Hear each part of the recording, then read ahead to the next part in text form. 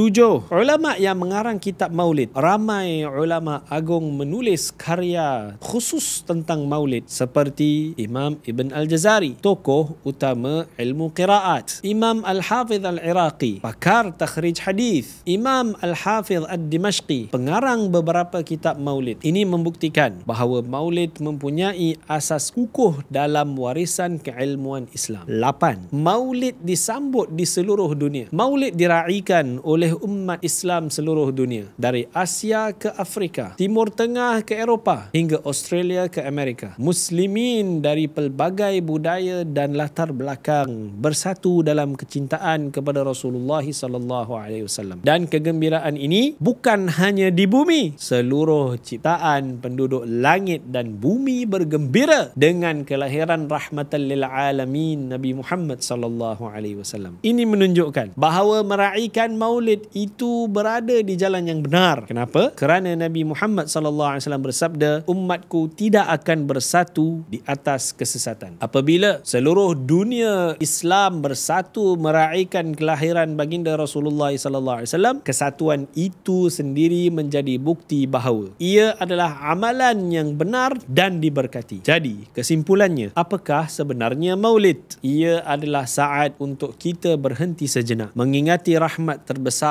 yang Allah turunkan, menghidupkan kembali cinta kepada Rasulullah sallallahu alaihi wasallam, dan memperbaharui tekad untuk mengikuti sunnah baginda. Sambutan ini bukan budaya kosong tetapi kesyukuran, bukan hiburan tetapi zikir dan ingatan, bukan keterlaluan tetapi cinta yang teratur dalam syariat. Apakah kefahaman anda tentang sambutan Maulid?